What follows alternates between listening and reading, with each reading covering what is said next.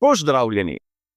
Danes bomo skupaj skušali ugotoviti, kdo so tisti najbolj precenjeni, ampak tudi oni najbolj podcenjeni vozniki na štartnem razporedu svetovnega prvenstva Formule 1 in v njegovi okolici.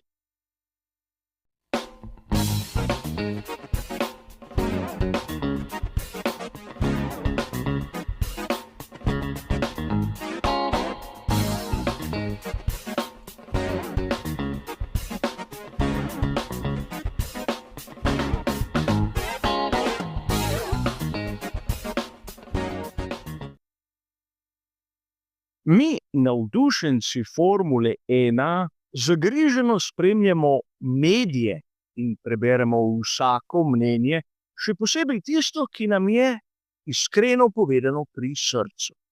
Objektivnost, kdaj pa kdaj, nekako pusti prostor tistemu našemu navijaštvu, tisti naši želji, da bi bil priljubljen voznik bolj cenjen, kot je v resnici.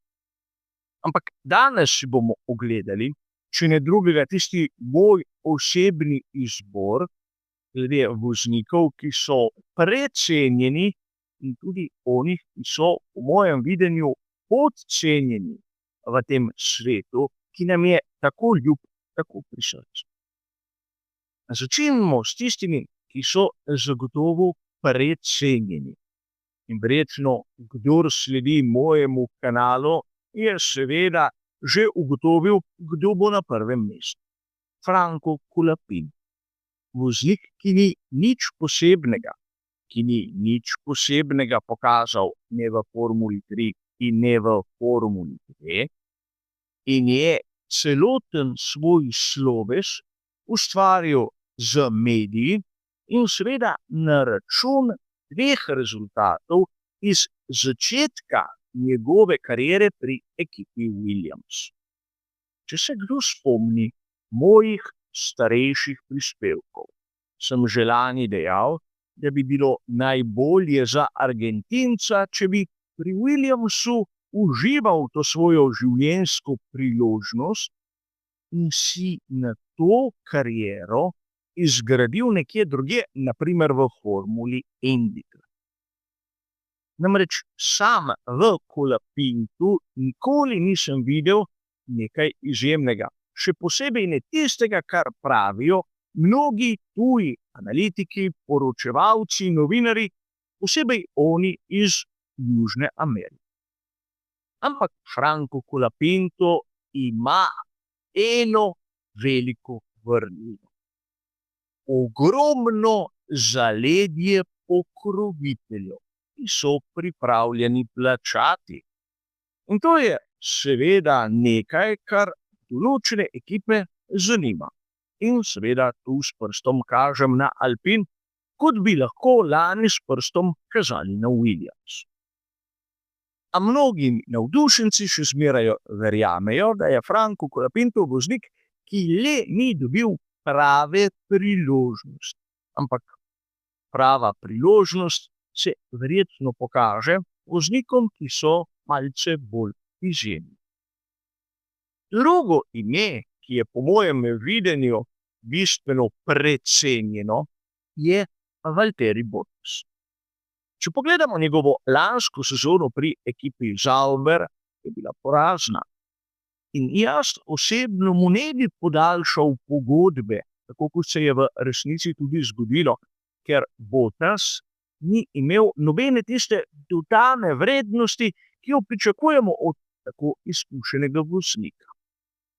Ampak Bottas je dobil mesto rezerve pri tovarniški ekipi Mercedes.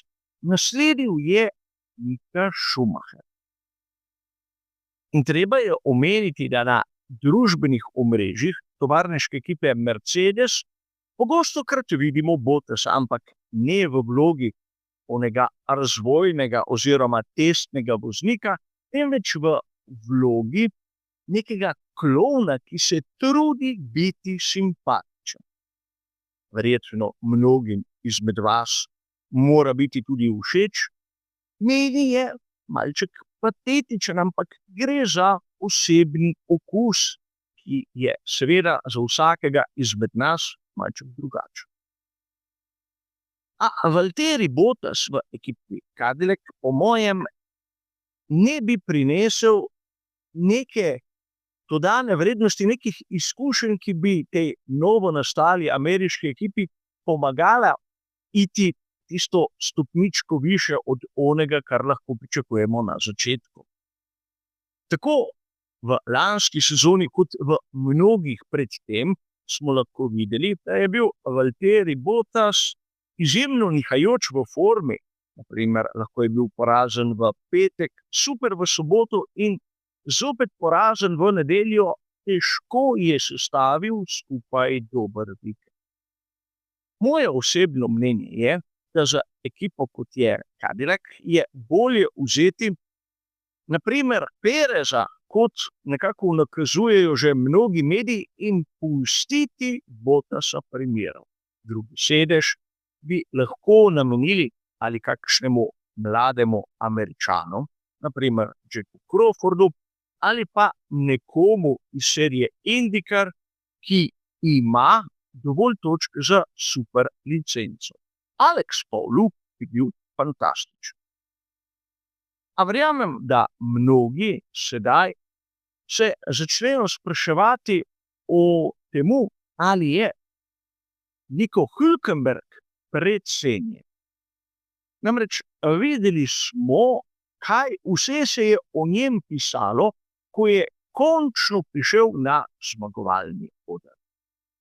Kot da bi osvojil naslov svetovnega prvaka.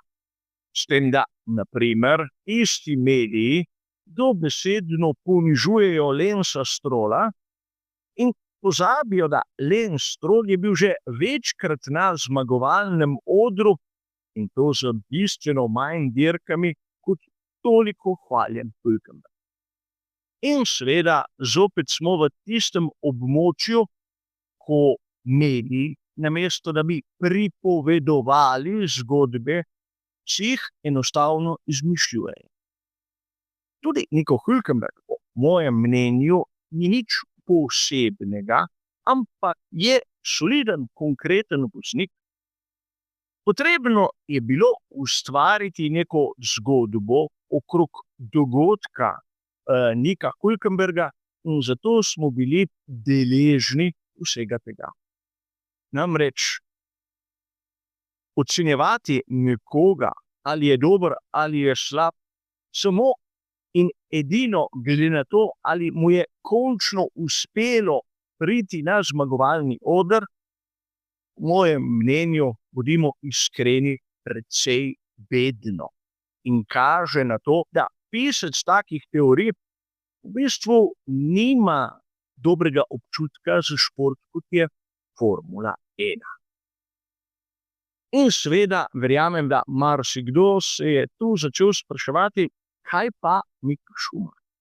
Ime, ki se pogostokrat pojavlja dobesedno v vseh kombinacijah, in rad bi vas spomnil, da njegova zadnja sezona v Formuli 1 je bila tista leta 2022.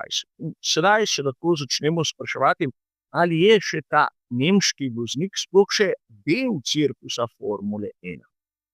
In seveda vsakdo ima lahko tu svoje ločeno mnenje, ampak menim, da prav mediji delajo res slabo uslugo s tem, ko izrabljajo njegov priimek, seveda za polnjenje stolpcev, za mastne naslove, kajti ni na nivoju svojega očeta, svojega strica, in seveda zgodbo lahko tu zaključim.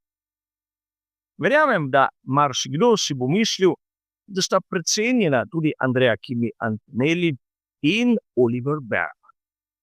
O njiju smo mnogo slišali, mnogo brali v lanski sezoni in verjetno je letos marsikdo izmed vas pričakoval več.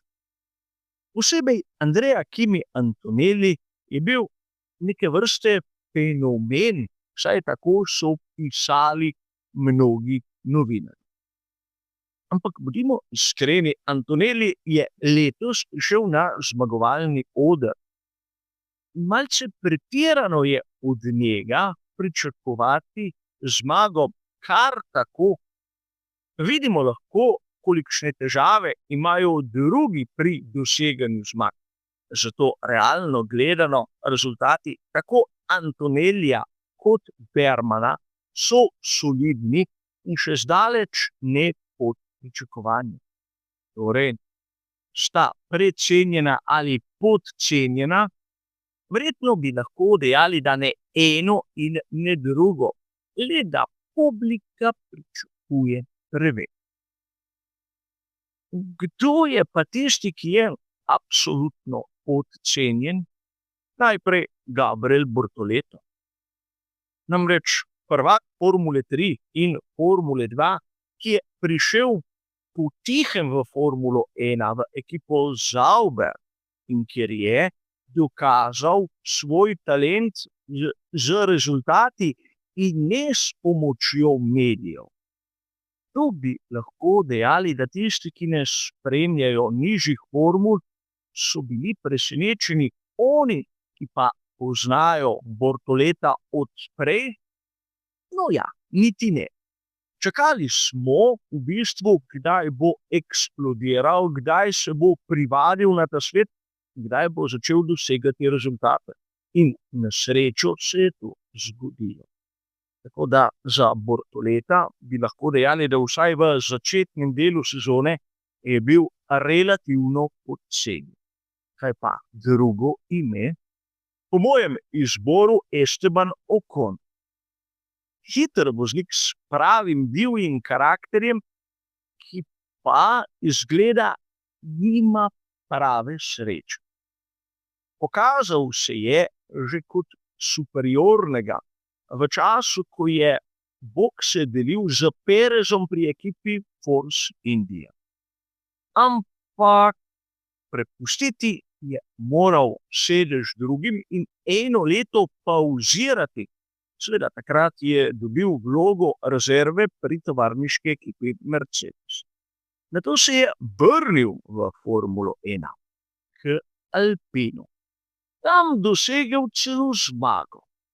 In zopet se je moral seliti tokrat k ekipi Haas. Po mojem vedenju ima Esteban Ocon izjemno težak karakter. In seveda tudi njegovi odnosi z marsikaterim sovoznikom so bili daleč od tega, da bi bili idealni. Ampak Ocon dosega točke, je zmagovalec, še zdaleč ni slab. Po mojem bi si zaslužil priložnost v kakšni boljši ekipi. Ampak tudi pri ekipi Haas dokazuje, da je vreden biti v Formuli 1 in seveda, da je eden izmed onih voznikov, ki ga marsikdaj spregledamo. In verjamem, da si marsikdo lahko misli čisto nekaj drugega o teh imenih, ki sem jih naštel do sedaj, in da lahko tudi misli, da je kakšen drugi voznik precenjen ali podcenjen. Verjamem, da mnogi ste si zamislili, kako bo na tej lestvici na primer Lewis Hamilton, od katerega smo vsi mi verjetno pričakovali več, ampak kateremu moramo dati priložnost vsaj do konca letošnje sezone, da se izkaže. Videli bomo, ali je bil res Hamilton precenjen v naslednjih dirkah. Za enkrat, predvsem zaradi preteklih rezultatov, mu moramo dati, vsaj po moje, še malček zaupanja. A kar se tiče tega hitrega pregleda, pa seveda to vse. Hvala za vašo pozornost in nasvidenje.